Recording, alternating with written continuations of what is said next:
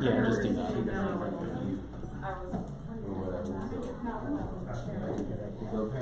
Could you, maybe we can figure it out. If somebody could. Yeah, I guess Yeah, exactly. I said I will.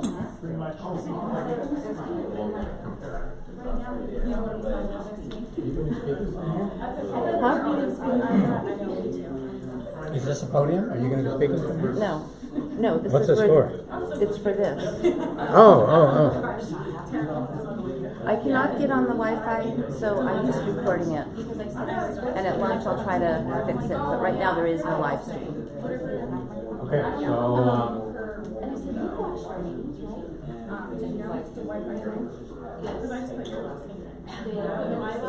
I just put my last name and yeah. Did they tell you that there's a limit on how many devices can go? Some people can get paper, go on Facebook and do this. I lost my lifetime membership. Okay. Hey, that's Facebook. Can somebody go on Facebook and put a post on our, or we can actually put a post on our page? Because we can't live stream, we cannot get the Wi-Fi to work. So but I don't have a person, I can't go on our page and do it. Someone who can post on behalf. Yes. So that was the reason. I'm at our page. What do you want me to say? Just do a thing saying Due to Wi-Fi difficulties, we're not live streaming, it's being recorded and we'll upload that.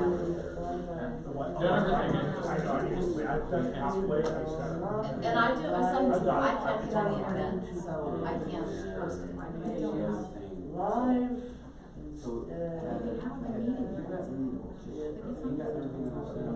I know,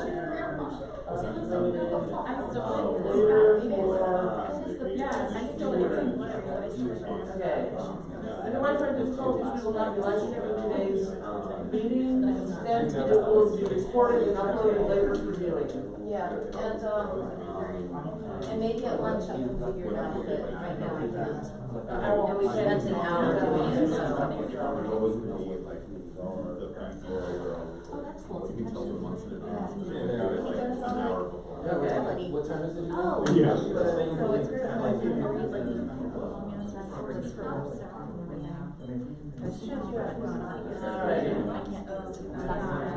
That's lunch. I'm like an e-page thing. It's like a forever scroll too. That's what I do too. You just tell me, yeah, we're gonna, that's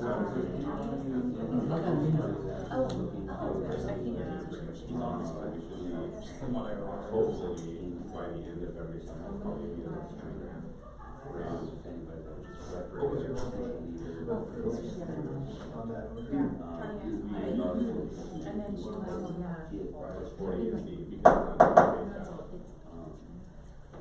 Hey everyone. Okay. So I'm calling the meeting to order at 10 o'clock. The first thing is, can the secretary please take the roll? Gary Alexander. Here. I'm just going in alphabetical order. Matthew Butts. Here. Gia Christopher. Here. Chris Edgar is present. Michael Lima. Adrian Malago. Present. Chris Minoletti. Present. Kalish Morrow. Here. Rachel Nix. Here. Mimi Robson, yes. Here. Shane Strong. Here. Elizabeth Stump. Here. Jessica Tewksbury. Here. Paul Valentingham. No. Tara Young. Present. Okay, so we have everybody here except for the secretary and Mr. Lima. The secretary is here. I mean, the treasurer and Mr. Lima, sorry. You are here, right? And we also have no at-large here, or at-large alternates here right now, so we will just get going with 13 people. Had we had an at-large alternate, they could have been seated for the at-large number, but we don't have that either. So, those that aren't here are Mr. Blandham, the treasurer, who's in the hospital, Mr. Lima, at-large, and Ms. LaPecha? I have a hard time. 3 different people just told you how to pronounce it, they all pronounced it differently. This is LaPecha. Okay, LaPecha and Terry Miller are at present.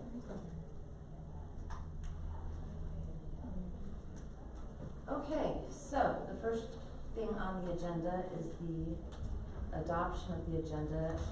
I sent this out, the final agenda a week ago. The only note that I'll make is that I had originally put the LNC report. I was told after the fact that being that there's been no LNC meetings, there is no LNC report, so I've stricken that and just moved up an item above lunch because it makes 120 minutes. And please note that both Mr. Lima, who is seated, showed up now at 10:03, as well as our at-large alternate, Ms. LaPecha. So moved. Thank you. Okay, so the agenda is call to order, adoption of agenda, public comment, officer report, chair report, vice chair report, secretary report, treasurer's report, operating procedures manual, northern area coordinator report, central area coordinator report, southern area coordinator report, executive director report, which by the way, it should be noted that he is not here, but he will be doing that via telephone as will the treasurer. Then San Bernardino County, consideration of motion with notice. Then we will break for lunch.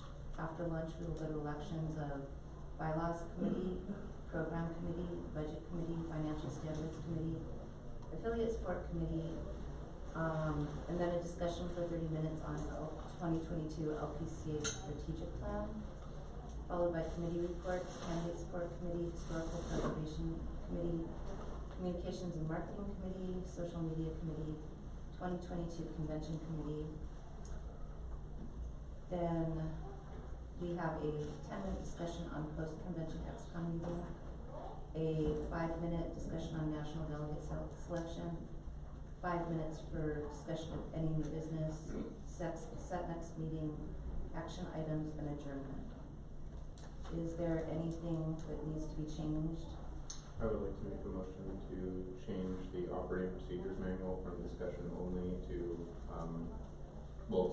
to strike the discussion only. I'd like to make some motions for the operating procedures manual. The question is what type of motions, because they require advance notice for the most part. So advance notice to whom? It needs advance notice to the full committee, including the chair for the agenda. Okay, so some of that was already presented to you, I believe? Is that not? I didn't get anything presented to me for any advance notice of motion. And then I was gonna send it, but then you said that the agenda was already finalized and set, so It I figured it would just go to was, here. it needs a minimum of 7 days advance notice. Okay, where does it say that that's Well, required?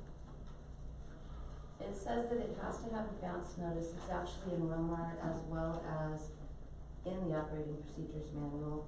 So what type of, well, let me ask you this, what type of motions were you planning on making? Because there's a couple different things that can possibly be done. Just minor changes, some of them including, how certain committees are appointed, changing the LPC to LPCA just to make it, update the document throughout. Okay, so as far as and just committee committees, appointments. committees are considered the same as a special rule of order in Romar, and that requires advance notice. So if you look at advance notice, it says for special rules of order, which is what a committee is considered once it's a standing committee. It's special rules of order previously referred to as standing resolutions are rules for orderly transaction of business relating to parliamentary procedure that differ from that contained in adopting parliamentary authority. A special rule of order may be adopted, amended, rescinded, or suspended. Adoption, amendment, or rescission requires either a 2/3 vote with the previous notice or a vote of the majority of the entire membership of the Libertarian Party of California's Central Committee. So it would need a 2/3 vote with advance notice for anything to do with the committees. Now, if it's a standing rule, that can be done, but committees are not standing rules, they're standing committees. That can be done at a meeting without advance notice with 2/3 or 2/3 vote, or with advance notice, it only needs majority. So if you were doing a change or addition of a standing rule, you could do that at this meeting. Right, so. But those aren't standing rules if you're doing committees. And also depending on where you're changing LPCA, that's actually more of a style thing. I think that would probably, if it relates to, being that we don't have a style committee, if it relates to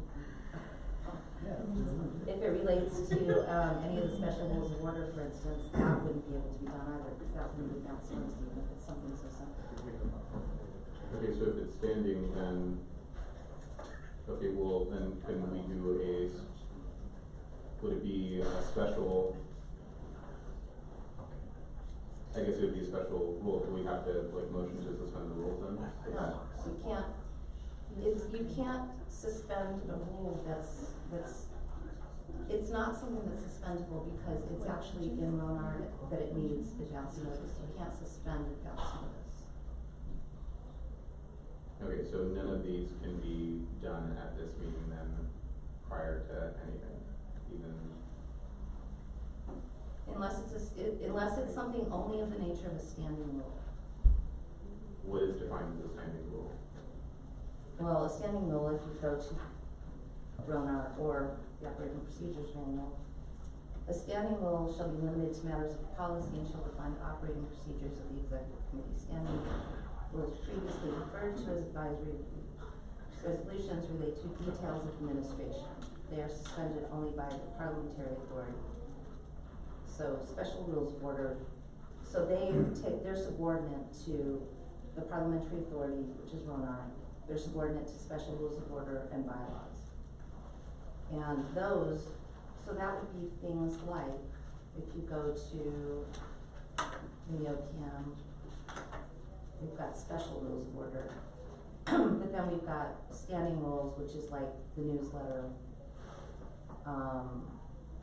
candidate endorsements that we have a who's running page, committee and officer reports, they have to be done in advance to be on the agenda. So those would be the only types of things that could be done without advance notice. Okay, I thought that this was sent to you, I have sent things to the incorrect email before, so maybe that's why that happened. I mean, I guess there's really no way to check unless I go to my inbox, but.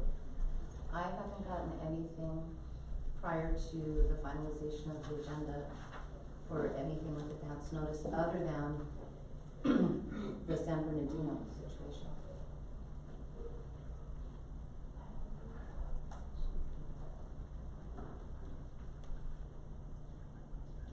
Because I do remember bringing up the point as to the difference between discussion only and.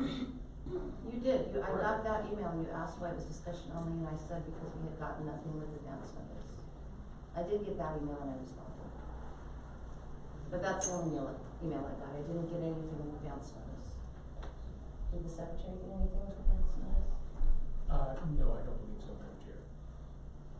So yeah, I'd say that nothing came in with advance notice.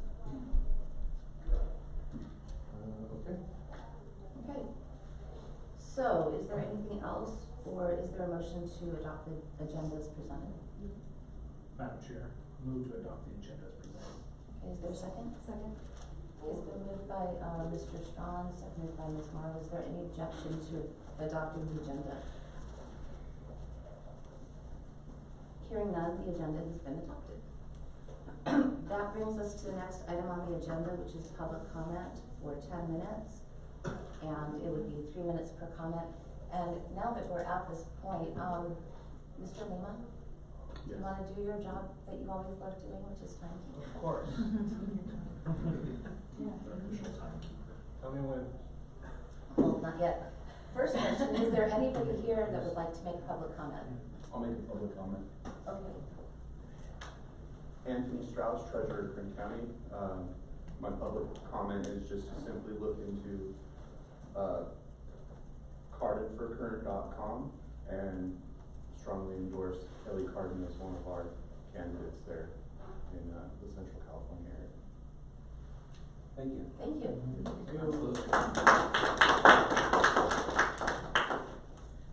Okay, that leads us to the next item on the agenda, which Public is- comment. Oh, I'm sorry. Very brief.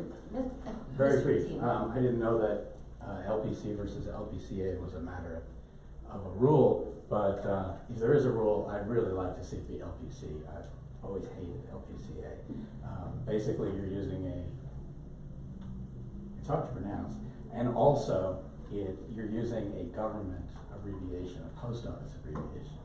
And LPC was the traditional abbreviation. So if you have to make it one officially, I'd rather it be LPC. I believe we also own the domain name lpc.org. That is correct. We do. I could hop on GoDaddy right now and get LPCA too, though. I think we have that as well. Just for. All right, any other public comment?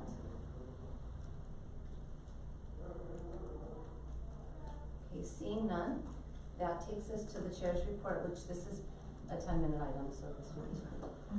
I sent out my report in advance, and I did a couple versions of it because I found a couple of things that I had done wrong. Hopefully you all got a chance to look at it. As far as the executive overview, I'll note a couple things. The 2022 state convention was a huge success. We had many people there. There will be a lot more about that in the convention committee report. But I wanted to especially thank the people on the committee, Daniel Hayes for getting such amazing speakers, Terry Miller for managing the volunteers, Brent Olson for consulting with the hotel throughout the weekend to ensure the event stayed on track. And I also want to give a very special thanks to our executive director, TJ Ferreira, because he really was the glue that held the weekend together. He did an amazing job emceeing the gala at the last minute because Larry Sharp couldn't be in two places at once, which was unfortunate. He tried. A bit of exciting news, we actually have gone past the 1% in voter registration. I announced that at the convention. We now have 221,947 registered Libertarians in the state, which is an increase of 9% since February of 2021 and a 50% increase in 4 years, which is pretty good. And going over that 1%, we're at like 1.008, but it's the first time that we've had that, and we're among very few states that have 1%. And for a state as large as ours, that's a pretty big stat. So did you say 9% in 1 year? Yes. And a non-election year? Yeah. Midterm. Yes. And then I spoke a bit about the goals that the executive director and I did last year that we met, almost. We had wanted 20% increase in total membership. We made it almost there, 17%. But we're on track to do 25% this year already. And the one thing that was exciting is that we had a goal of 20% higher revenue for membership, and we were at 29% at the end of the year. So that was pretty good. For those of you that were able to go to the training on Monday after the convention, which was not very many, but the people that went got a really good, solid one-on-one training. Ms. Nix was one of those people, and she took some of that to heart, and that's why she did that onboarding package that everybody got, which is pretty awesome. We worked together to make sure that a lot of stuff was in there. Let's see, we finalized our delegates for national, and we ended up filling our entire slate of 103 delegates, and we have 64 of 103 alternates. If it happens that we needed more alternates, we can do that at the convention in Reno. I don't think we will. I don't think that we will have more than 64 people not show up. That would be pretty amazingly strange. At the last executive committee meeting in the fourth quarter, I was tasked with doing the executive director performance review. We did that shortly after that. It needed to be done in December. We met together. I gave him his review. I have that if anybody wants to see it. I didn't attach it to this report because it actually has some strategies and some things that would be related to personnel, so it's not attached to the report. But any member of this committee can see it. And then next, I've got what's going on with the standing committees that we have. The Candidate Support Committee, Ms. Morrow has resigned from that because, I don't know if you all know this, but she is now the mayor of Hanford.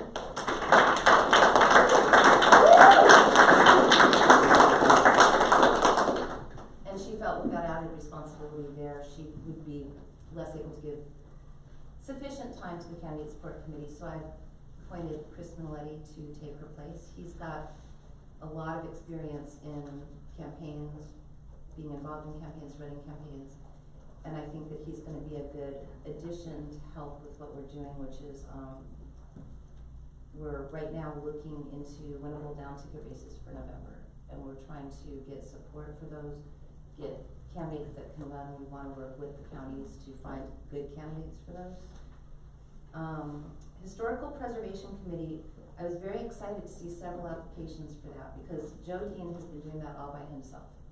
And he is also on the National Historical Preservation Committee, but I think that we finally will get him some help on digitizing and finding history. And any counties that have, newsletters from your counties from years past or things like that, he's looking to try to finalize those things, and when we get to his report, he'll mention that. As of right this second, the convention in 2023 is finalized in Sacramento. I had appointed Gia Christopher as chair of that committee, and I know she's already been reaching out to find additional members for the committee as well as speakers. And she's very excited, and I'm looking to find good people to work with her, and she's looking for people she can work with. It's good to have people in the local area, and of course TJ is a huge resource for that as well. He's kind of, like I said, the glue. So the next part that I mentioned, and we've been talking about this for several meetings, and I think that the best way to go with social media and communications and marketing is to merge those into one committee, which is social media and communications and marketing, into a basically communications and media committee. And also split off from that the newsletter, because that's kind of a standalone, and Ms. Stump has been doing an excellent job of being the editor of the newsletter, along with Natalie Moynes, who's our paid consultant for actually putting the newsletter together. So what I would like to do, those are both committees that were, per the bylaws, we decided those were committees that should happen, that should be appointed by the chair, which we've done. What I'd like to do is I'd like to right now, at least for a starting point, put all of the members that are on both of those committees into this one consolidated committee, which would be a committee of 7. And then maybe look at ways to add volunteers to that. In the executive director report, he was talking about ways to do a couple things as far as feeding articles and content to the Beacon, and also to our website for events. Having the area coordinators work with their counties to have the county organizations actually submit things for the newsletter, for instance, and have a better system of having those in place, as well as submitting all of the different events so that we can put them on our website. Yeah, I reach out, and it's like, if you got events at your local level, send them in, and nothing. I think that if we kind of formalize that a little bit, and I know that Ms. Young has talked about doing a monthly email to all of our counties to try to get this information from them, to get them more involved. and then have that fed to you and also to our webmaster. I think if we have a monthly, events around the state, that would also help kind of create awareness other than a bi-monthly newsletter that winds up in the news. Oh, no, absolutely, and this would be something more internal, and this would be to the members and to the committees. So, those are the ideas there, so I just put that in there. And then the last thing I just wanted to mention is with the national joint membership that California has gone into, we've had actually a huge success with that. In the time that we've had it since June of last year, we've brought in 214 members from that, which includes 5 life members, which are people that went online and spent $2,500 for a joint life membership for both the state and national. We've brought in $11,500 so far with that program, and it works out really well for us. I talked to National, and they're gonna try to start promoting it a little bit more so that it's more on the front end of their site as well, so we're not just always giving out the link for ours. And we're also gonna change our membership join page to make it easier to use for that. So, that was a brief overview. Is there any questions? Not a big question, but I would like to see that, executive director review. I would like to see that executive director review at some point. Oh, yeah. Yeah. not really If a anybody question, would just- like to see the executive director review, I can forward that to you. I would ask that it remain confidential, so this wouldn't be for, putting on social media or anything like that. This is a confidential internal type of a thing, but anybody on the committee that wants to see that can just email me. Just send me an email, which I won't see right now because I have no internet connection. Even though we tried. I had it perfectly in my room. Any other questions? This may be more of a, I don't know if it's a correction or a question. You list committee members, and I was under the impression that I've been on the CMC since August, and I'm just not listed there. Oh, I apologize. I If don't you know had if I'm been, not considered a member or not, but. I knew that you were helping out. I did not know that you were considered a member. I thought it was, so. That's why I said, I don't know if it's a question or And that's clarification or. certainly something that we can look at. And again, I'm looking to kind of, And we've been discussing all kinds of strategies for it, so I like hearing some of this as well. Oh, You know, absolutely. the counties and. so are you talking about the CMC or are you talking about the newsletter in general? Isn't the beacon under the CMC currently? Well, that's what I'm saying is I think that the beacon itself should probably not be part, it's a But it's standalone current. thing. It's, but yeah, Yeah. so, In the traditional sense, the beacon has been under the CMC. right. But we're, Mimi's recommending we break it away and have it as its own. Right. But yes, Jessica has been Yeah. one of the most active members on the committee. Okay. So, All right, well, right now, what we have on those committees is for communications and is Trey Van Dyke actually active? I have not heard Boo, I've reached out to him and he never comes to meetings and he's never contributed, so. Okay, Well, that's easy. I don't think he's interested at all. Okay, all right, You gotta find out what's on there. You and me and On Natalie, social media. That's definitely. Rachel, yeah? TJ joined it. TJ, that's basically. Richard. Because I see it clearly is correct there, and it's not, I think I'm looking at the old draft. You're looking at ones that have joined from the Okay, any other questions for the chair's report? Any other questions for the chair's report? I don't know if this is the time or if there's a better time later, but, on the discussion of merging the two committees, which I totally agree with, but then separating out the beacon, is this the time to discuss that, or is there a better time later? Well, this is the proposal that this is what I plan on doing as far as these standing committees. The committee can veto that this committee can veto this if they want. Is this the time where we would discuss those things, or is there, a different time in the agenda that would be best for discussing that? Well, what discussion? I just don't think that the beacon should be separated out because it is also marketing, which marketing media, I just think it's all cohesive. It might just be like a reference thing, I don't know, but I just think, to me, it feels like it's part of the one. Well, I don't expect it to be like not being involved in it at all, and as a matter of fact, No, I know that there's a That's a tie still, between but them. this I would be really just- loved to do the plan, I really did. I just don't, again, might just be a preference, might not matter that much. That's why I'm asking if we can discuss it, or if now's the time to discuss it, but I just don't think the beacon should be separated out from those merged committees, cause that is marketing. Well, I agree with Maisie that communications and marketing and social media should blend together, because I think it would work better in terms of outreach in the end. But I would say more like you have the new communications and media, and then under that, you have a subset of the beacon. So it's still part of it, but it's like a subcommittee of that. and I would that's kind of recommend. what I'm looking at Yeah, is, so Yeah. it would be like a subcommittee, but still under the banner of communications and the new communications and media. Well, that's what I think. yeah, and it would Yeah. still be part of that, but also what I was looking at is it would be, so we've got an Like a editor, subcommittee.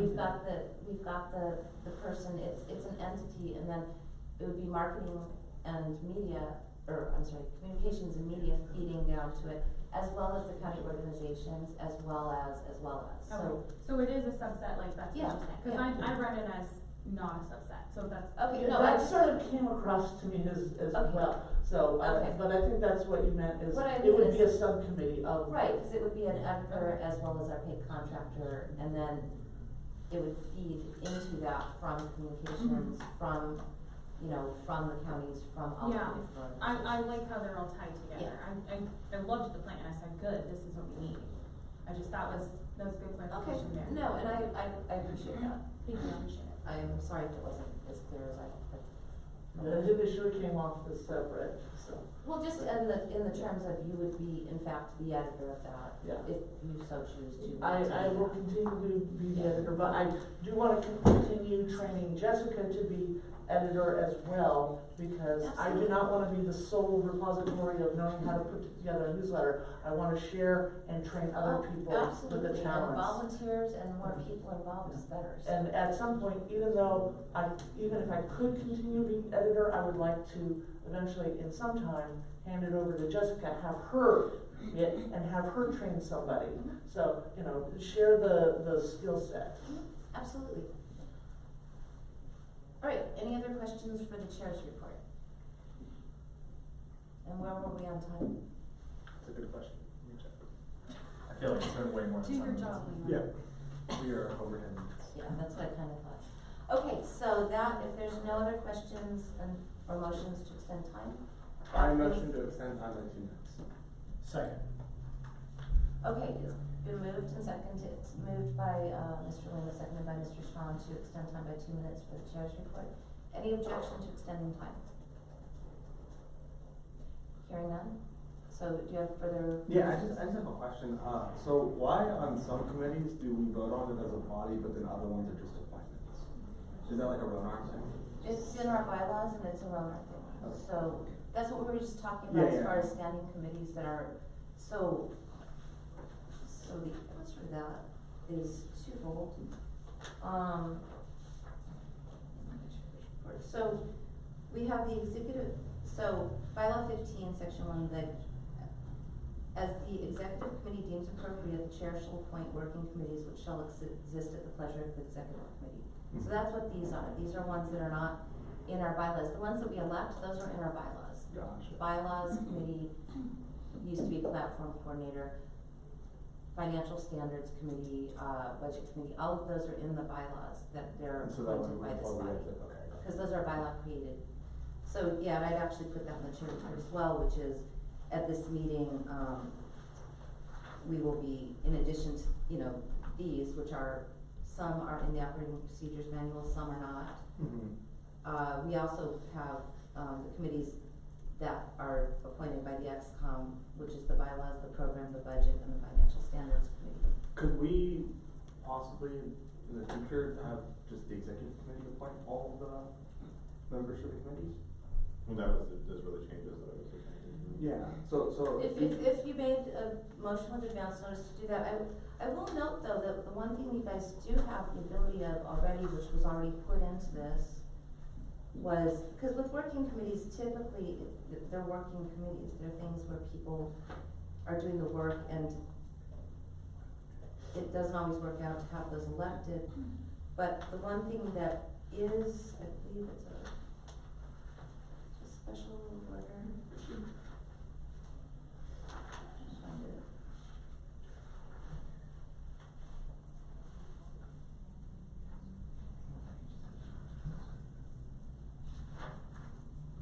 We're at time. Okay, let me just, well, what you do have is you have veto power of any of the appointments they make.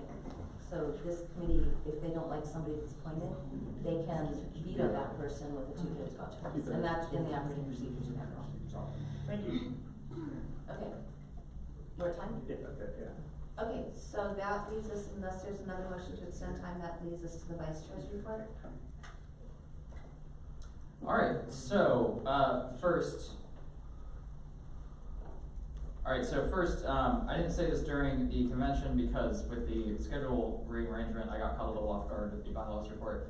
But I didn't thank the member, and since there's not gonna be a bylaws report, I would like to take this opportunity now to say thank you to the previous year's bylaws committee, Gary Alstead, Adrian Malagon, Shane Strong, and Brent Olson for all the hard work that they put in throughout the year. We had a lot of long meetings, some really short meetings, but thank you guys for all the work that you put in. I really appreciate it, and I know that everyone else does as well. So, moving on from that, I have actually done a lot since our last meeting. I don't often do a lot since our previous meetings. So, as Mimi said in her report, I did send out an onboarding packet, and I would like to ask you guys if you had a chance to look over it and if you thought it was good or worthwhile or if it needed anything else. I did have a chance to quickly look at it, and I think it is definitely a huge step in the right direction. I think we need to definitely do these onboarding packets. I think that fantastic idea. Yeah, I mean, I wasn't basing this off of like a specific template of what to put in there. It was just stuff that I thought would be useful. So, you know, I just was wondering if people thought that that we made decent decisions of what to put in there. So. I was very pleased to see that. Seeing nods, you know, I'll take that as a. More of that. I'll take that as I totally opened it, Rachel, and I read through it, and I thought that it was super informative and useful, and I told my kids about it, and my kids told their friends about it, and now the FBI is looking into it, and it's awesome. All right. If you had read it, you would have seen that I was offering all of you $300 on page 7. All right, so along with the onboarding packet that I sent out, I also assisted with the chair and executive director in counting our votes for our national delegates. We did that over the course of several days at various people's houses and permit complexes, and I helped with convention. That's what I've done. Are there any questions? 3 more minutes. Are there any There you go. questions? Can you say that even slower? No. That was the question, no. I answered it. Yeah. No. Okay. Are there any questions for the vice chair? Okay, seeing none, we will go to the next item on the agenda, which is the secretary's report. Mr. Okay, so first off, I'll thank Mimi for being patient with me as I've learned how to use the various software apps that we use in the party, but I feel like I'm up to speed with those at this point. As far as, I think most of this is pretty straightforward. The NEON database is being updated as we get new membership information, including the National Joint Membership information and the information that people input by going to the LPCA website and the information that we get from counties and so forth. So one of the things I do is I compile all that information into the records that are contained in the NEON database. The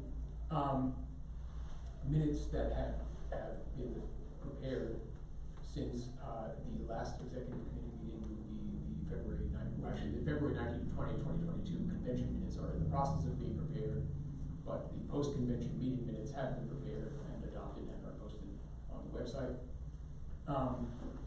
The bylaws of the party as amended at the convention have also been published on the party website, as well as the Contra Costa County bylaw changes that were submitted since the last convention, which are the only county bylaw changes that we've received since the last convention.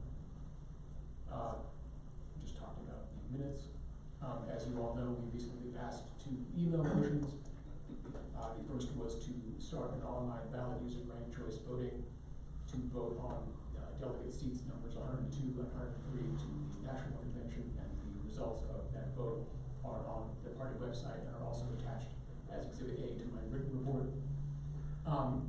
And the delegates and alternates are attached as Exhibit B to the same report. And we also passed a motion to approve the minutes of the February 20th, 2022 Executive Committee meeting, which are attached to my report as Exhibit C. There are also some membership numbers that are included in the report. As of the end of last month, the total statewide membership was 1,403, which is an increase of almost 100 from the number on February 28th of the previous year, with 1,189 central committee members and 350 light members. There's a breakdown of by the membership by county, in case you're curious, in Exhibit D to my report. I already discussed the process of updating NEON. The operating procedures manual has not been updated since the February 19, 2022 convention. And in my report, you'll also see a list of the current LPCA bylaws and county bylaws, and the status of whether we've received bylaws from the counties and the most recent date of the bylaws that we received from the counties. So if anyone is watching who sees this list in my report and believes that the bylaws that we currently have are out of date, then please let me know and send me the most current version of your bylaws. And also there's a list of the counties from which we have not received bylaws. And if you are watching and you're a member of one of those counties, then please advise me of the bylaws. And I think that's, I think that's essentially all that I have for now. Any questions? I just have a basically point of information, I guess. It would be an amazing report. Thank you very much. I appreciate it. When you took on this role, was there any type of like handbook or any type of explanation of all the roles and duties and like how to do things, or was that just by personal meeting? Mimi explained that to me in a lot of detail. Okay. I'm very thankful to her for doing that. So there was no like written like handbook or anything. It was all just by like a meeting with Mimi. Multiple meetings with Mimi. Yeah, that's a lot of information. Okay. And I just have a comment. Mr. Edgar is doing an amazing job.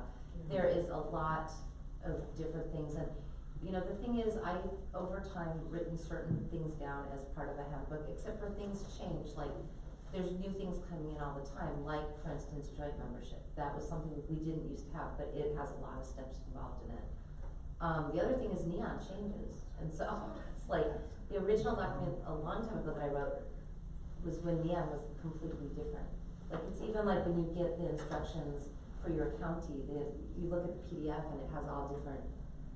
It works the same, but it all looks different because it changes. So I just want to thank him for doing a very good job, and he's been really good at, if he has a question, he asks the question, and we have a lot of back and forth to make sure that everything is going well. Yes, Ms. Is it possible we could create handbooks for the different important positions? Because didn't Steve Hay create a handbook for Paul? And then, as I am fond of saying, it sucks when there's one person being the sole repository of knowledge because they could get hit by a Mack truck.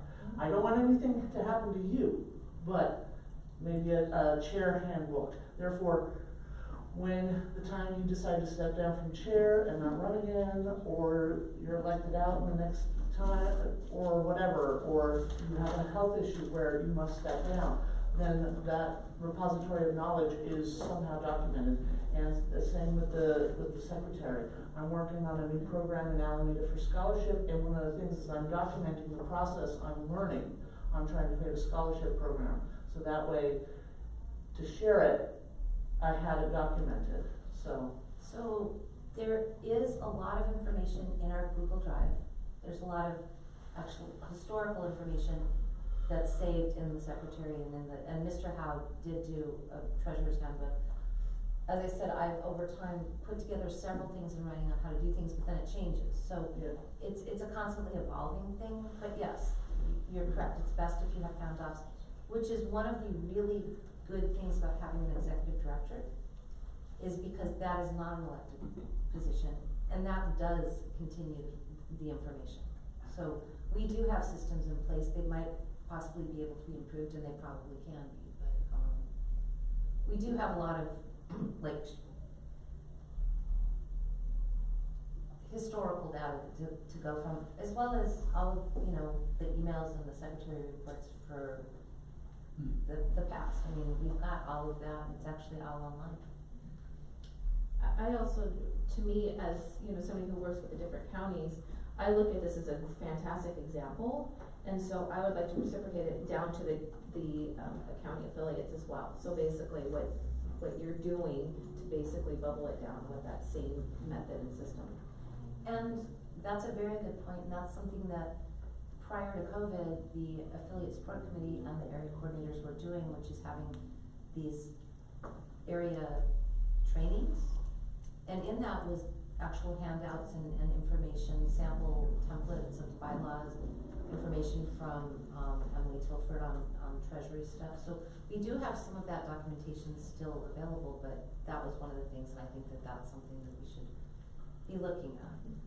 So I think that that's, but being state secretary is actually quite different than being a county secretary. Same thing with state treasurer versus county treasurer. There's still a lot of the same, But similar hopefully someday ideas. the counties will get big enough that they have all of the same thing. And then it also is great because they would be great to bubble, they would be great to eventually take on the role of secretary and, so it enables them, it kind of works, so it's training people that eventually take your positions, such as what Elizabeth basically said. Any other questions for the secretary? Okay, hearing none, this will just take a moment.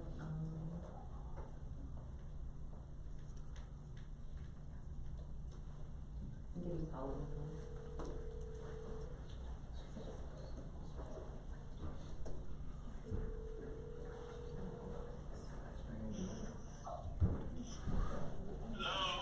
Good morning, Mr. Glanahan. It's time for your treasurer's report. I don't have a special mic for my phone, so can I say something and make sure everybody can hear you? This is your Libertarian California treasurer. Can y'all hear me? Yes. Yes. Good. Yep. You're good. Okay. I'm not going to go into great detail here. I'll just kind of do an overview, and if anybody has any questions, feel free to ask away. As of the date of the written report that I filed, which I wrote on 12th of March of this year, we had $94,745.97 in our three different bank accounts.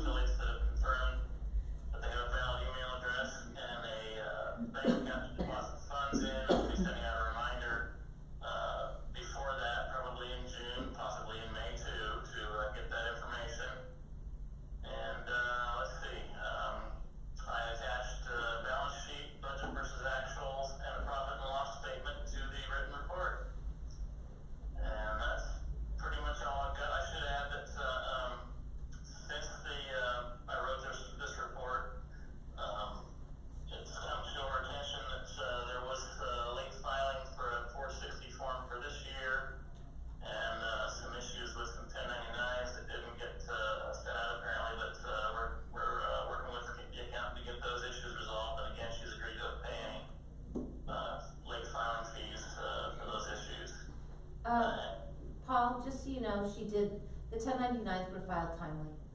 She No. just forgot to send us a copy. They were Okay, filed I see. before January 31st. And then as far as the financial reports for the convention, that will be provided by the convention committee. Okay, any questions for the treasurer?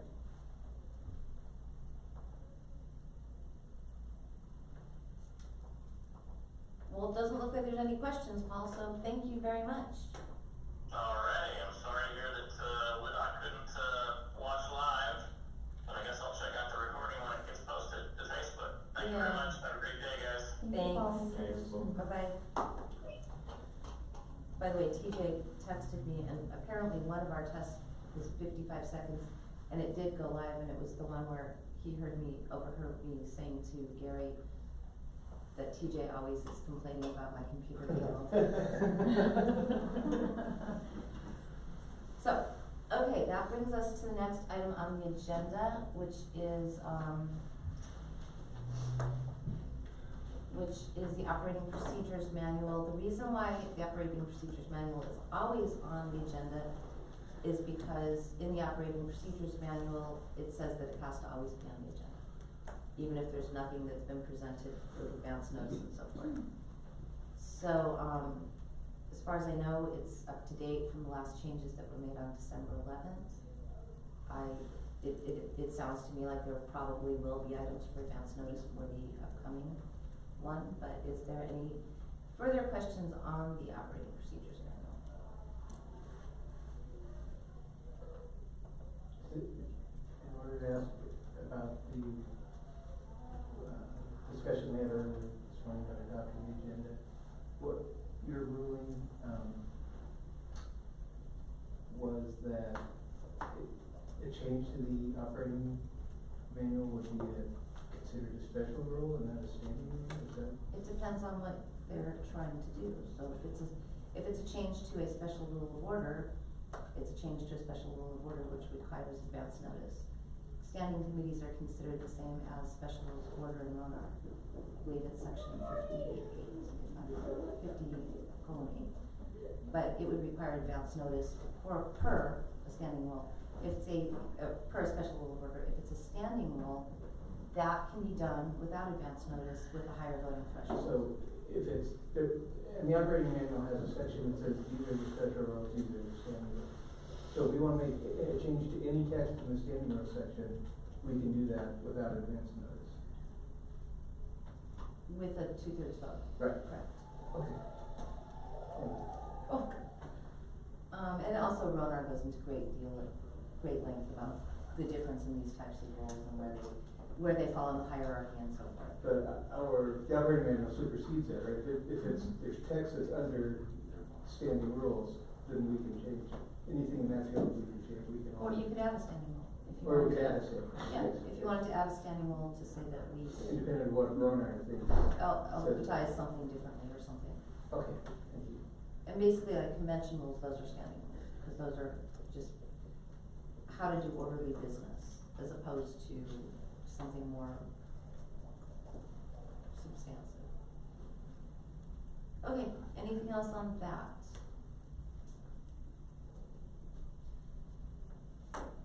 Hearing none, we will go to the Northern Area Coordinators Report. Mr. Malva. Thank you, Madam Chair. So I gave a comprehensive report. I'm not gonna do an oral presentation. The only two changes that I have that are noteworthy are, first and foremost, Mr. Minnelletti is now officially Chair Pro Tem of San Mateo County. We're gonna get that out there. And second is that Solano County has moved their annual meeting from yesterday to Tuesday. So I was informed about that, I believe on Wednesday, by the Vice Chair. So that's it. I will field any questions though for any of you that read my report. It's not a question, but it's just a comment about Mr. Minnelletti. One of the things that I thought is great is Mr. Malagon got in touch with me. Again, I'm sorry I didn't see your, I don't know why that email keeps popping up. I don't know, because I never use. But anyways, I'm glad that it got all settled, because yesterday, I believe it was yesterday or the day before. Yesterday, Mr. Minnelletti went to the registrar in San Mateo with Mr. Hinkle and filed several arguments for, ballot measures that would be raising taxes, lots and lots of money, and so that worked out really well. We were able to get him a letter to the San Mateo registrar saying that he was in fact pro tem, so he was able to sign those, and I think that that's something that, you know, I'd love for more counties to be doing. We moved quickly on that, and we're gonna get him a good team soon, and we'll be able to get San Mateo up and going, but it's a really good start. We got that done in less than a week. The delay of me sending it to the wrong email, so. Well, once I got it, we got right on top of it. Yeah. So, as TJ said, teamwork makes the dream work. That was what he responded. It's an original saying that I know he came up with. Exactly. Never heard of I'm that. giving him credit. I'm also He heard him can't say- hear because we're not live streaming. I've also heard him say that you miss 100% of the shots you don't take. I know that that's an original one from him. I believe so. It's not Wayne Gretzky, Michael Jordan, or Michael Scott. It's definitely. Absolutely. Yeah. Is there any questions for the Northern Area Coordinator report? Yes, why did your report have to be 25,000 pages long? Because I wanted, one, people to read it if they wanted to read it, and two, I just wanted to really lay out my vision that I hope other coordinators might try to enact in their respective regions. It's gonna kind of be a trial, but I think that I have a lot of willing and able participants here in the north to kind of try to work together and do this thing for the first time, so it'll be kind of interesting. But I wanted everyone to know what was going on. I'm not gonna change that moving forward in the report, so that's always gonna stay there because the mission and the vision won't change, but obviously the executive overview will change over time as elections happen, as counties get off the ground, as we have more meetings, things going on in different counties. That was kind of a joke question, but thank you for your thorough answer. Why, when someone's married, do you not put MRS? I don't know. I just always, it's Miss or Mr. That's fine. I mean, if that's wants, if Miss Stump or Mrs. Stump, I don't know how she wants that. Whatever, Mrs. People whatever. like to feel young again. I don't know. It doesn't matter. I'm not hung up on the label that before my name. As long as you spell my last name correctly, that's all that matters. Moving forward, when you refer to me in your report, can you refer I to will put Mrs.? Mrs. Yes. That's what. His honor. She does write her hands in the family handbook. Actually, I think it's like a more professional thing to say like Ms. because we don't I will differentiate for married or non-respectfully unmarried. decline It is your none request. of nobody's business. Now hold on there. But if he wins, you have to put Bill. He says he wants it. Okay. Typical convention is Ms., Mr., although there is always a mix. That is true. But that is, yeah, I thought that was the typical, it's always Mr. or Miss, right? It doesn't- No, Ms., MS. Oh, Miss, yes, MS, yeah. yeah. Or Frau. Because then it's marriage neutral, right? Right. Kind of like Mr. is marriage neutral, Ms. is marriage neutral. Right. Yeah. But That was regardless, interesting. yeah, so that's typically the reason is because that's marriage neutral. Makes sense to me. Any other questions for the Northern Coordinator? I do, if you haven't gotten a chance to read it yet, I do encourage you all to read it. I did take a lot of time and put a lot of effort into it, and I also attached a lot of links to things that make sense. So for those of you that haven't seen it yet, comprehensive, everything is in there, from social media accounts to all of the respective counties, websites, all the data that I could gather, everything is current and up to date. So, and that part will consistently be updated as meetings progress, but everything else will stay the same. But there's a lot of good information on there. I would recommend that you all check it out. I read it. I read it. I But know, okay, was they're that good. okay? And it was a very good report. Thank you. It's very comprehensive, thank you. Any further questions for the Northern Area Coordinator? Yes. If it's in order, I'd just like to add a comment about the ballot arguments. So Mark Hinkle's been writing these ballot arguments for like 35 years. And I was lucky enough to thank the both of you to sign on for San Mateo County.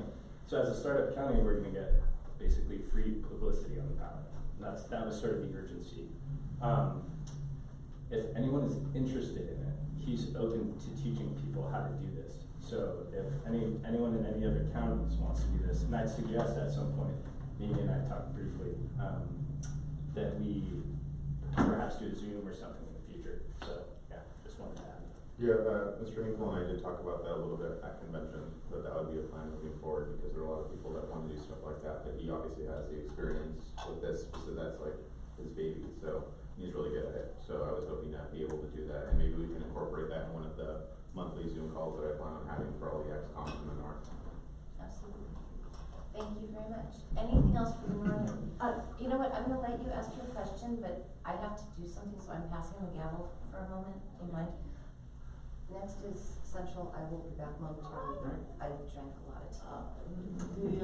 This measure, it's gonna wind up in the voter information ballot, and it's just an opinion, regarding, like a pro or a con on a measure. It's a recommendation. Recommendation. Right. Was there any fee involved? No. Okay, No. okay, It might be something that's fielded to the association itself, so I don't know if, so because he wrote them and stuff, and San Mateo just signed on. okay. Could be that maybe he did do a small filing thing, but, that's something that. I was curious if there was a fee involved, because with Alameda County, on candidate statements, a candidate statement in the voter ballot information packet is $14,000, whereas Contra Costa, it's like, what, a few thousand, a few $100s? I think it's So, 300. I was wondering if there was, a fee involved, like they would charge for the candidate statements. He would probably be able to speak to that, but I honestly don't know. I know in Contra Costa there is a small one. I think it is a few $100s, if I'm not mistaken, but, yeah, I don't know. But I'm assuming that he was probably able to get funds. He was able to get funds from the Taxpayer Association. Okay, I was wondering if just, putting a pro or con, endorsement on a measure would, involve a fee. To my knowledge, no. At least not for Santa Clara County or San Mateo County. And it does vary by county, and the process of submitting the argument varies by county too. But since Mr. Hinkle had already written these on behalf of the Silicon Valley Taxpayers Association, I just signed on to the argument. We can ask Debbie. It looks as though Mr. Dean has a question. Is there any objection to hearing from Mr. Dean? Hearing none, yes, sir? I don't know if it varies by county, but I do know that the process for candidates is totally different from the process for argument. And definitely in Santa Clara County, there is no charge for these. It's a matter of, there's gonna be one argument in favor, and there's gonna be one argument against, and they have their rules of how they pick who gives those arguments. But that's considered part of the process. It's already budgeted as part of putting a ballot measure on the ballot. Yeah, I just wanted to add to too, when we've done it in Kings County, we didn't have a fee either. I was trying to verify with Brent, but I remember there was something that was came out of that. It's possible that part is uniform I think that statewide. it is. I've done it in Los Angeles County as well as at the state level, and it's never had a fee. Yeah. Anything further and we're probably at time. Like 10 seconds, yeah. Okay, if there's nothing else, we would move on to the Central Area Coordinator report. Okie dokie, Mr. Butts. Hi. So I have gotten the chair pro temp for Santa Barbara, and also have found somebody to be the treasurer and vice chair. They were all at the state convention. So Cameron Clark is working on, he's a college student, so he's working on finding a venue. We're gonna do a couple meetups and then have county elections. I got in contact with the Calaveras Chair Pro Tem, Lance Marlowe. He's still interested in continuing. We need to follow up on talks. Hopefully get the one guy that I had out there, Tim Grant, he had somebody pass away. So he's gonna be inactive for a little while, so it's just Lance for now. Charles had a Zoom call meeting with a state candidate who is running as a write-in as a Republican. She's thinking about flipping over, and she came to the Stanislaus meeting, and she seems very interested. They've been having other talks, so I'm optimistic about that. And then we are having I've been 2 weeks in advance. I've scheduled a Zoom call with all the central area ExComs and chair pro tems and leads that I have, potential chair pro tems. I'm trying to figure out work a strategy of working together. I'd like to get the Central Coast, Monterey down to Ventura, all kind of collaborating, getting like King, Tulare, Kern, and Fresno, up to Stanislaus, all kind of working together in like decentralized groups. So let's, you can read my report for all the little details. Don't want to take up too much time. Thank you. Thank you. Is there any questions for the Central Area Coordinator report?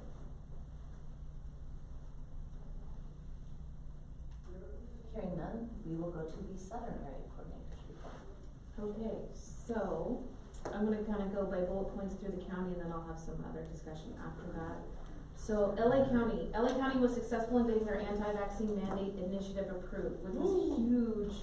I know LA County's kind of rolled back some of that stuff. However, there's a lot of work to be done, and I think you could set further precedents of how we can get a lot of media attention in the future from doing things like this, because LA County LP received a great amount of press from this initiative, and when it went live in early February, Angela McCarter was interviewed by KTLA, KFI, and LA Times, among other local media, and Dan Welby was interviewed by El American, KNX, and City News Service.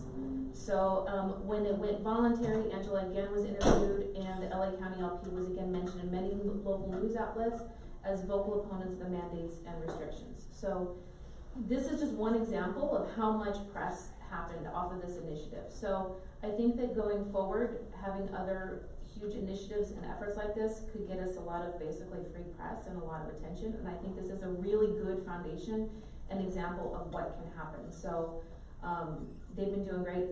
Sean Osborne and Dan Welby are continuing to call into the LA City Council a lot. They're doing a lot of events. They're networking with other freedom-minded groups. So they've been doing a lot of great activism in LA County. They're still doing their regular monthly meetups in certain areas as well. Orange County, they had their officer elections, and they pretty much have the same executive committee as last year, which is good because they're a very consistent county. They've been having a great monthly meetup in Anaheim, at Bruheim, and they're getting a great turnout. I went to the most recent one, and there was a really, really good turnout, lots of great discussion. I mean, I had a great time, and so they're doing a lot of really good work in Orange County, and they're consistent with trying to get, different events and outreach out there. I know they're doing a beach cleanup, and the OC Pride is coming up in Santa Ana on June 25th, and so they're looking to be a part of that as well. So they do great booth events as well. Riverside County, we're doing a lot of coalition, independent freedom coalition events in Central County. Jeff Hewitt, our amazing Jeff Hewitt, was rotated into the chair position on the Riverside County Board of Supervisors. So that's exciting. So not only do we have a mayor in Central California, we also have a chair on the Riverside County Board of Supervisors. So it's going to be interesting to see how having libertarians in those positions is really going to affect agenda and what happens. Let's see, and then Lauren Dean is still doing the Liber Tuesday events, and so we have invited San Bernardino County to come into that, which I will go into next, because he's also looking at organizing an event at a shooting range, and then partnering with San Bernardino as well, some of the members there. So San Bernardino County, that is going to be on our agenda here shortly. But really briefly, their annual convention was held on December 11th. Jessica Tewksbury and I were both remotely listening in through Zoom. There were a handful of people that showed up in person at Corky's in Upland, and there were many members that attended via Zoom as well.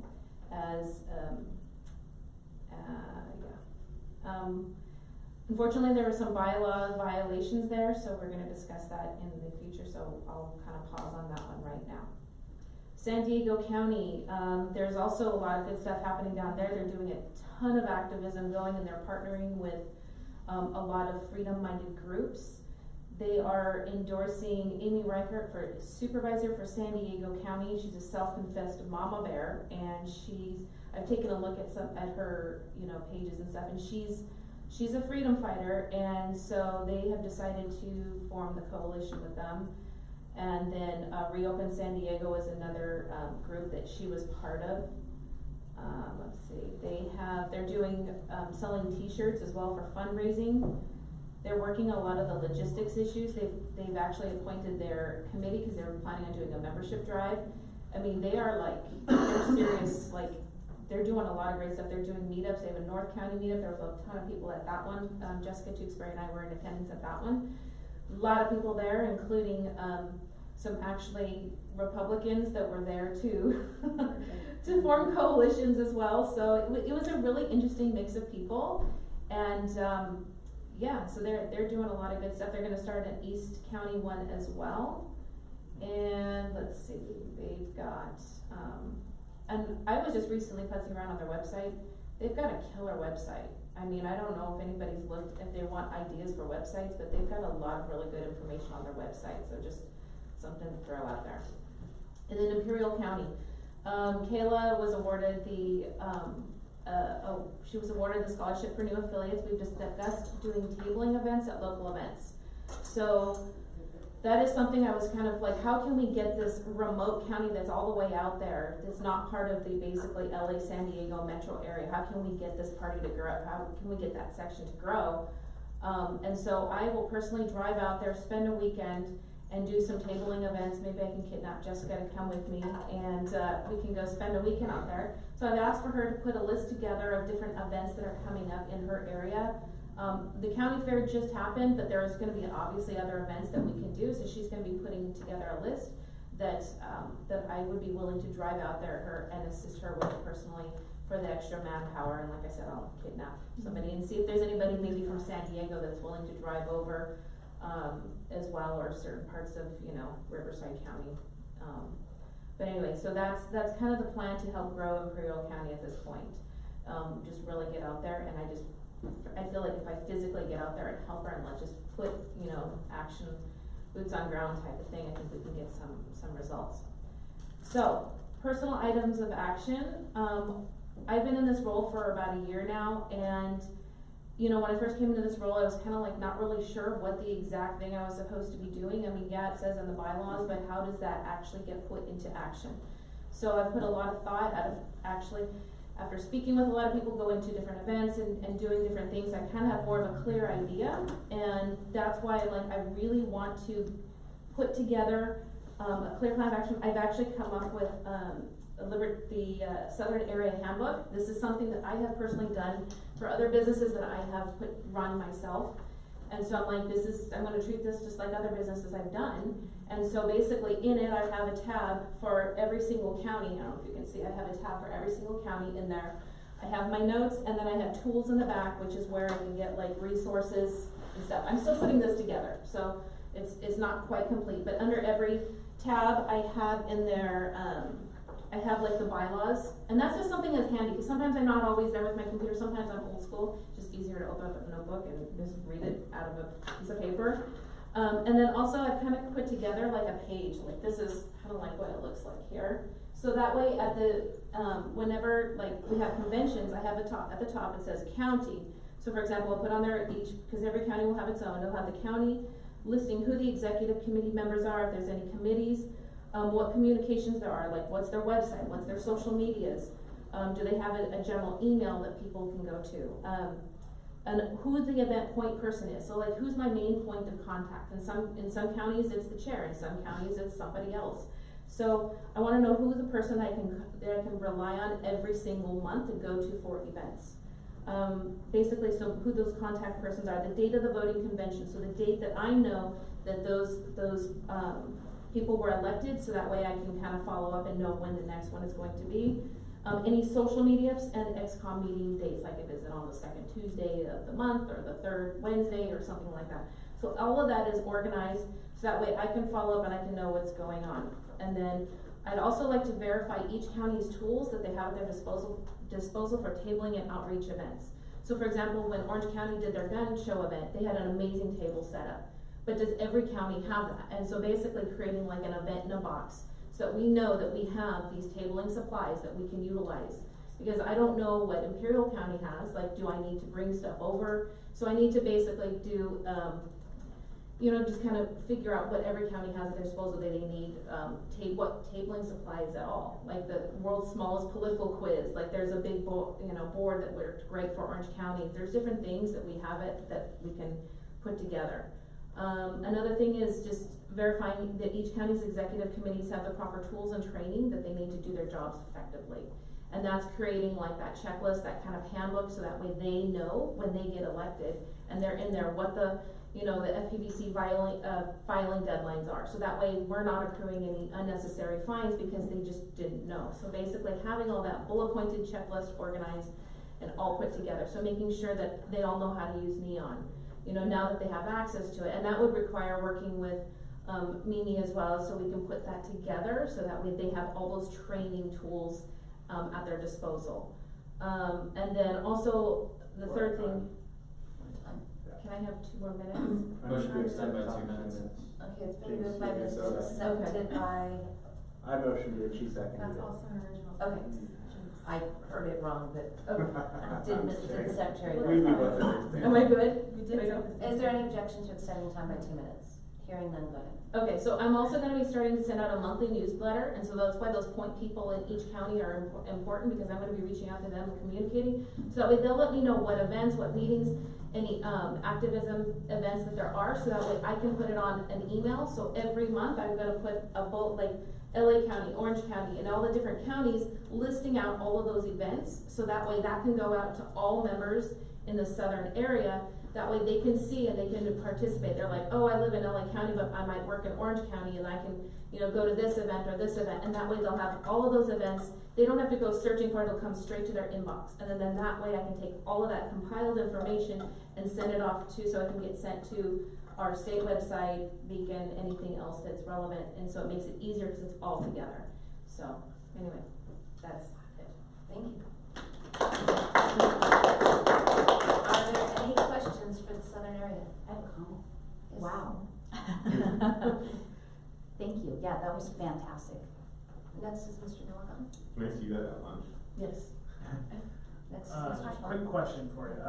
So I was down in Los Angeles recently on a project, and I can tell you, those restrictions really, really suck, because I had to show vaccination card, mask. I was like, what the hell is this? This is ridiculous. Like we're basically forcing people to do this. So I want to give kudos to you, Angela, and everyone down there that's worked hard to get this initiative on the ballot. So thank you, because honestly, I hated it. It sucked. People should not have to go through that kind of stuff.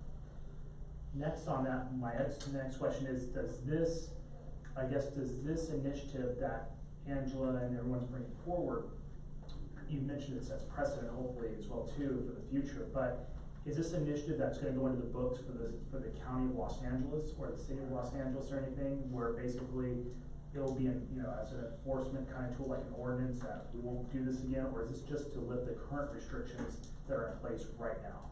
Well, it's interesting you said that, because Dan Welby has been actually a really, like, he and Angela have been like 2 of the biggest drivers on this. And there have been a lot of, like, Sean has been helping out a lot too, and so there's been a lot of people working on this. But he did say, and I put it in my report here, that though it is a step in the right direction, they will be continuing their work to repeal the ordinance entirely and then take steps to ensure that this type of draconian mandate will never happen again. Good. So it's just the foundation, and then they're going to actually continue the work on this so that way this doesn't happen. Good. Yeah. Awesome. And one thing just to mention is that one really good thing is in Los Angeles, that is not the case now. They lifted most of those restrictions. So let's get rid of all the restrictions. No, absolutely. Because they can always bring it back. This is Right. Is there, are we out of time again? Okay. Is there anything else, or else are we done with the southern area coordinators? Okay, seeing no motion to extend time, that takes us to the next item on the agenda. which give me 1 moment. He's been looking at, he keeps like looking at his, he's sending me emojis that he's looking at his phone. Wait.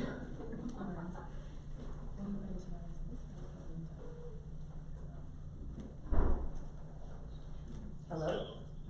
Hello, you're on speaker. It's your turn now. You can stop sending me emojis of yourself looking at your phone. That won't stop me. Hey, good morning, everyone. Sorry I couldn't be there in person. Can we hear him okay real quick? Are you able to turn it up the way?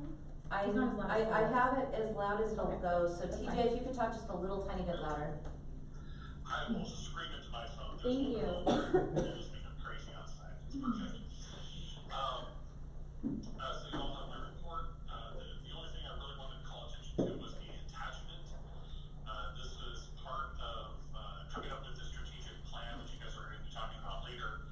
We're looking years into the future and what staffing needs to look like and what type of time commitment and how that time is divided.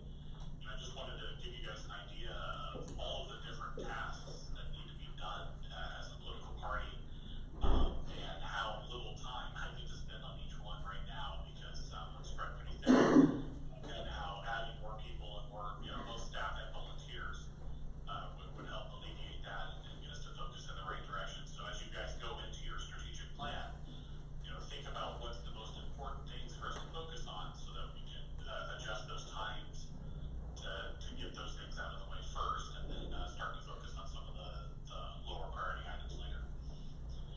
So that's really all I wanted to call attention to. Is there any questions for my report?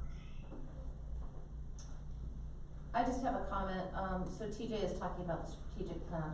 Obviously, that had been on the agenda as a 30-minute item.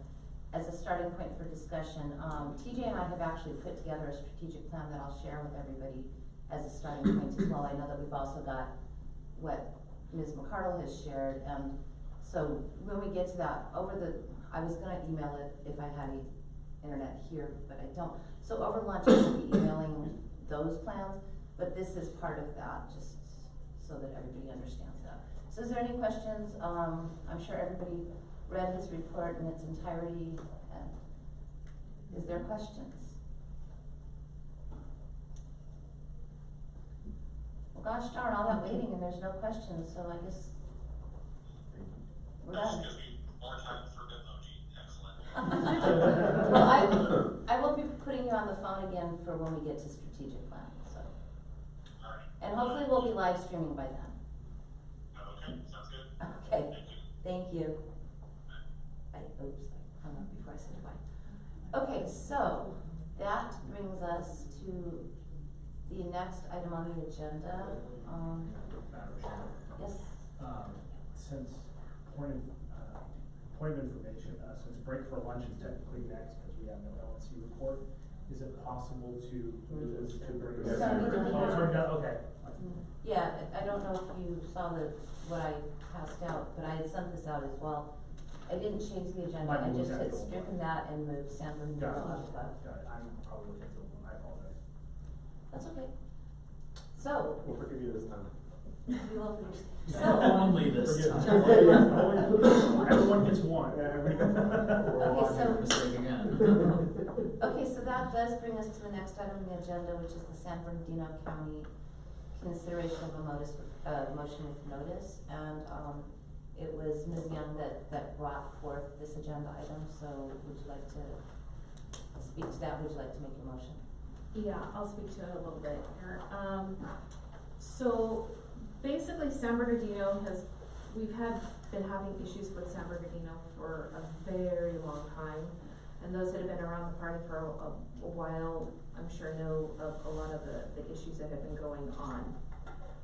So what I would like to make a motion for is to deem the county disaffiliated, because in bylaw 9 of the county organization section 6, it says the county organization is deemed as having selected its officers only if an election notice has been mailed to its members at least 30 days but no more than 60 days in advance of that election. The election notice shall also be sent to and received by the party secretary at least 30 days in advance of the election. Such notice shall specify the reason for the meeting and a time and place reasonably accessible to its membership. An election shall be held every year. The results of the election shall be reported to the party secretary within 15 days after the election. Any member of that county central committee may challenge the legality of an election by bringing the issue before the judicial committee. The executive committee may declare a county organization to be inactive if it fails to hold elections in accordance with this section.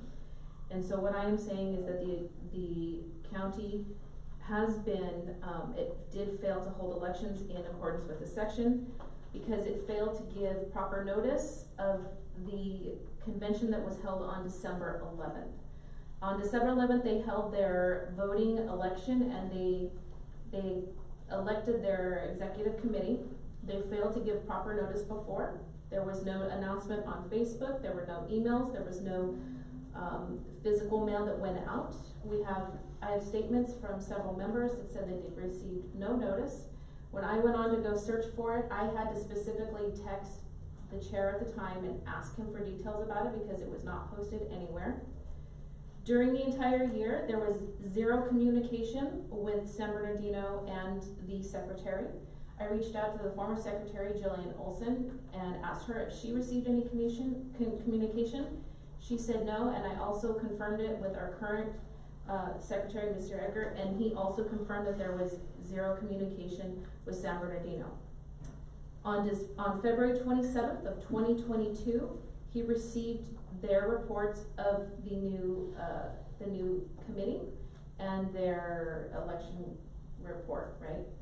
Yes, the newly elected officers. The newly elected officers.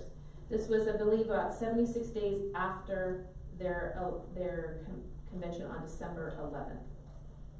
So it was well after the allotted time. And again, there was no notice to the secretary either of the convention.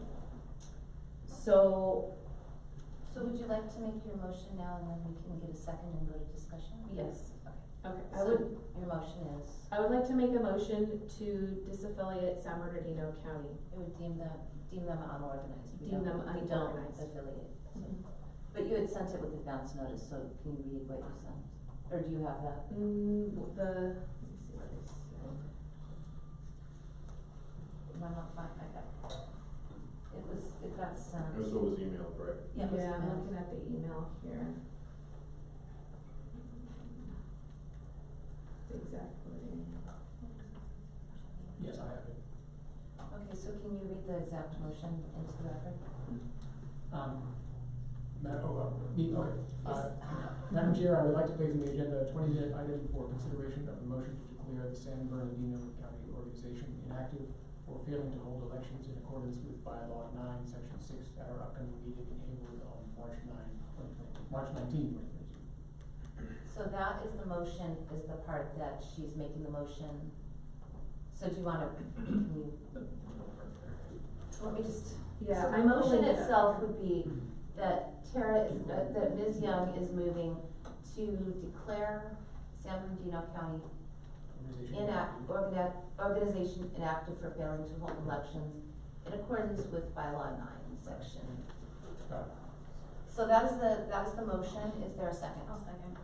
Okay, it's been moved by Ms. Young, seconded by Ms. Tewksbury. That would lead us into discussion. Is there discussion on this? I have one question.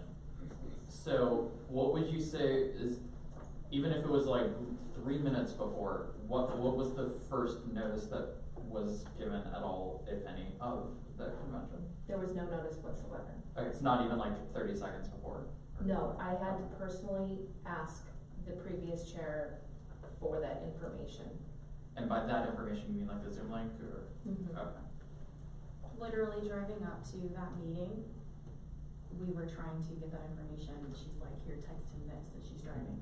And we had people in San Bernardino begging us, can you help us find this information? Because they heard there was a meeting. But So they you would say didn't that the have- first notice was during the meeting? I think it was actually the morning of the meeting that she got the information. from That's the what I'm chair. asking. Yeah, Yeah. because we had been seeking it out. Okay. Yeah. As a follow-up, then I have a question. So you, as a not member of San Bernardino, were reaching out to the chair as area coordinator. Was there any notice that you know of that was given to any of the county central committee members? No. Okay, and that's, I think that's more per this bylaw, that's why I wanted to just. Well, as a follow-up to that, do you? Yes, Mr. Malcolm. Sorry. Ms. Young, are you aware any members that got the Zoom link that morning for that hadn't requested it, so that we're automatically on some sort of list, even if it was a specific set of people? No, I'm not aware of anybody else receiving it that did not request it.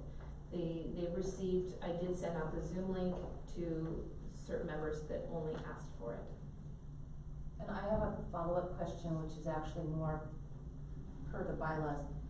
So the Zoom link is a link for people to watch the convention, but my understanding is they were holding an in-person convention, so that then leads back to, do you know that were there central committee members that were not notified of the place of the convention? That is correct. They were not notified of the place, and by the time they received notice of it, it was pretty much too late for them to be in physical attendance, and they went by Zoom, and they tried to participate in the vote. However, they were not allowed to by the members that were present, and I believe there was probably 1, 2, 3, there was like maybe 4 or 5 members present, including another member that was there via computer, a la Max Headroom style. So, I'm dating myself there for anybody else who knows who that is. So, I don't. yeah, so. It's a fun. Yes, Google them later and you'll thank me for it. But anyway, so yeah, so there was another member there that basically was very vocal. Is he a member? No, he is not a member. Let's, But anyway, but that's just going back to the people that were present, and he was not a voting member. So there were, I believe, 4 or 5 actual voting members there in person, and they did not allow the members on Zoom to participate and vote. And to the best of my knowledge, their bylaws don't allow remote participation. Yeah, and then again, it goes back to, were these people, you know, right, notified? there's the bylaws, Yeah. and there's a lot of questions Yeah. there, but my main question was were central committee members notified of the place of the meeting, which is where they would have had to have been, and the answer that you gave was no. So next we have Mr. Austin and then Ms. Mitch. She answered it in something that she said there. Okay. I'm sorry, I'm confused. When, I believe Ms. Nix asked if they got any advance notice, you said no. But then in your last answer, you said by the time they found out where the location was, it was too late. Which implies it was advance notice, just wasn't sufficiently advanced. Advance notice being that I told them pretty Well, much they got it. less than 24 hours before the convention. And they got that information from you, Mhm. not from them. Correct. And that's why I was specifically asking where they got it, because getting it from her is not. Doesn't, yeah. That was why I was asking that question. And that is because I did not know that they had not received notice, and it was like, when I had learned that they had not received notice, it was like, oh, then I had to go back and find out and give them the information that they were requesting. Okay, next is Ms. Marlowe, then Mr. Malcolm. So clearly then there's other members too that basically getting disenfranchised. Is there the potential then to basically organize it again, but with the newer members? So, okay. Yes. Are there minutes to this meeting? Mr. Chair, when they sent the results of the elections, did they send minutes or anything further, or did they just send an email with the election results? I don't believe so, Madam Chair, but I'll confirm that right now. I'm just more curious as to whether or not, since the question is remote participation by Zoom or whatever it might be, whether they tried to appeal the ruling of the chair that was recognized at all because they were just participants virtually as opposed to in person. I can speak on that a little bit. Yeah. So, I think that that's really peripheral to this, because really the crux of this, as I'm understanding it, is that per the bylaws, for a meeting, they have to give no less than 30 days notice of the location. It sounds like they did not do that. Oh, yeah, I understand. So the point of getting a Zoom link and being able to participate remotely and so forth, if it's not allowed in their bylaws, it's not, but I think that it wasn't held. It's sounding to me, I'm not speaking to this, but if I'm understanding this correctly, it's sounding to me like it wasn't done in accordance with the bylaws, regardless of any of the periphery possibilities. It's a moot point, it was a curiosity. Yeah. Anything else? And, to answer that question, yes? Oh, just to confirm, yes, I did not receive any minutes from San Bernardino. Just simply the, Just a list of officers. Mr. Rutz. Just a side note, I had spoken with Roger Cohen of San Bernardino, running for state office. And when I mentioned that we were, I didn't want the news to just that we were possibly going to do this, just to hit him out of nowhere. So when I spoke to him, I mentioned that we might do this, and he was very relieved, we'll say. I've actually spoken to Mr. Cohen as well, and he has gone to meetings with the previous people, and He was glad to hear that wasn't a good reflection of the Libertarian Party. he's a member for a while, and he was Riverside, and then he moved to San Bernardino, but he still goes to Riverside meetings. Ms. Tewksbury. So regarding the Zoom, I've heard from members that were at the previous year's election that Zoom voting was allowed. And so what my understanding from them and from being on the call myself was once the members that were physically together realized that there were more people on the call on the Zoom than I guess there were present, they decided at that point not to allow the Zoom members to vote. And when I questioned the bylaw, because they tried to claim it was a bylaw thing, and I don't have their bylaws, I don't have access to that. So when I questioned it, I was kicked out of the meeting. So there were multiple issues, but just to address the Zoom thing. To answer that, we do have two sets of bylaws for them, one from 2009, one from 2018. I don't know if either of them are truly correct, because the 2018 bylaws were actually done by a different group in 2018 that had a different set of officers, let's just put it that way. It isn't allowed in either of those two things, but I was actually at their 2021 convention, which was held entirely on Zoom, because everything was closed down. So that is correct. It was a 100% online meeting, which many of the counties did in 2020 and 2021. Mr. Bunce? Are the rumors true about purity tests happening at their meetings? There were, I don't know if I would call it that, but there were odd things that I won't get into My here. buddy Shane was telling me like there was just weird questions being asked. I've heard a lot of very strange, uncomfortable things. No crosstalk, please. I mean, no offense, but no crosstalk. What happened or was said during the meeting, I think is almost peripheral to the motion, to be honest. Were any type of amendments made to the bylaws that for those types of years that allowed Zoom meetings, or was it just assumed because of shutdowns? Because are you asking in terms of in general? In general, yeah. Was there any type of? No. What happened in 2020? And I'll take that as kind of information. What happened in 2020 is that Ronar actually put out kind of an addendum, basically saying that if it was impossible to meet bylaws for certain things, that you could, in fact, even if your bylaws didn't specifically say, could have online type of meetings, so long as it was then affirmed, any actions that happened were affirmed at a in-person meeting, which is what happened with the National Party in 2020.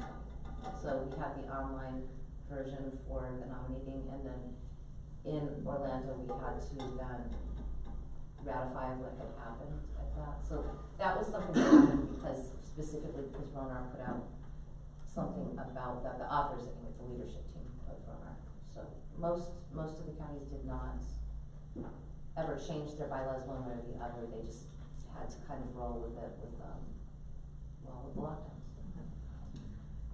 And then also, I don't know if this would be appropriate, but to discuss the issues with the vice chair and his membership. Would that be a violation of bylaws as well? Yeah, if we're gonna start talking about individual memberships, I don't know that we would be able to do that. But let me ask this question first. is there any further do you think there's any further discussion that's needed on this before it goes to a vote?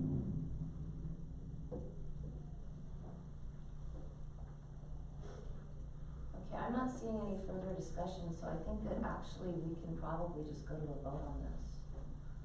I'm going to, so in our bylaws, it does not give any special vote threshold for this. The executive committee gives very specific things that we need a 2/3 vote for. This is not one of those things. So this would only take a simple majority. I think because of the gravity of it, that it would probably be best to do this as a roll call vote, if there's no objection to that. Okay, can the secretary, I'm sorry? I just said very well. Can the secretary please take the roll and keep in mind that? Point of personal privilege, can we repeat what the motion is? Thank you. Oh, yes, thank you. So I'll restate the motion. The motion that she made is to Declare the San Bernardino yes, County organization inactive for failing to hold elections in accordance with bylaw 9, section 6. that is the motion. Thank you. So this would deem them inactive, Yes. which would mean that they would be an inactive county that can then be reorganized.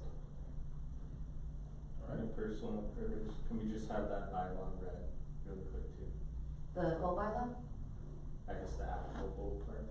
Okay, so the portion of the bylaw that is in question is, so the sentence specific to this is the executive committee may declare a county organization to be inactive if it fails to hold elections in accordance with this section. Section 6 reads, a county organization is deemed as having selected its officers only if an election notice has been mailed to its members at least 30 days, but no more than 60 days in advance of the election. As a note, mail can include email. It's in our definitions. The election notice shall also be sent to and received by the party secretary at least 30 days in advance of the election. Such notice shall specify the reason for the meeting and the time and place reasonably accessible to its membership. An election shall be held every year. The results of the election shall be reported to the party secretary within 15 days after the election. That's the relevant portion. The next portion is if any county central committee member has issues, they can take it to the JC. But again, the final sentence is the executive committee may declare a county organization to be inactive if it fails to hold elections in accordance with this section. Is there any further questions before we go to a vote? Does everybody understand what they're voting on? Okay, if the secretary can please take the roll. Okay, I'll go in alphabetical order. With me last. Yes, good man. Mr. Alstad, Yes. Mr. Butts, Yes. Ms. Christopher, Yes. then me, I will vote yes. Mr. Lima, Yes. Mr. Malcolm, Aye. Mr. Minnelli, Yes. Ms. Morrow, Yes. Ms. Nix, Aye. Mr. Strong, Aye. Ms. Stump, Yes. Ms. Tewksbury, Yes. Ms. Young. Yes. And then we'll go to the chair. The vote is currently, The vote is currently 13-0-0-0. the chair will not vote, the motion passes. It does that. So, Finish, so I guess that's- So the county has been deemed to be unorganized.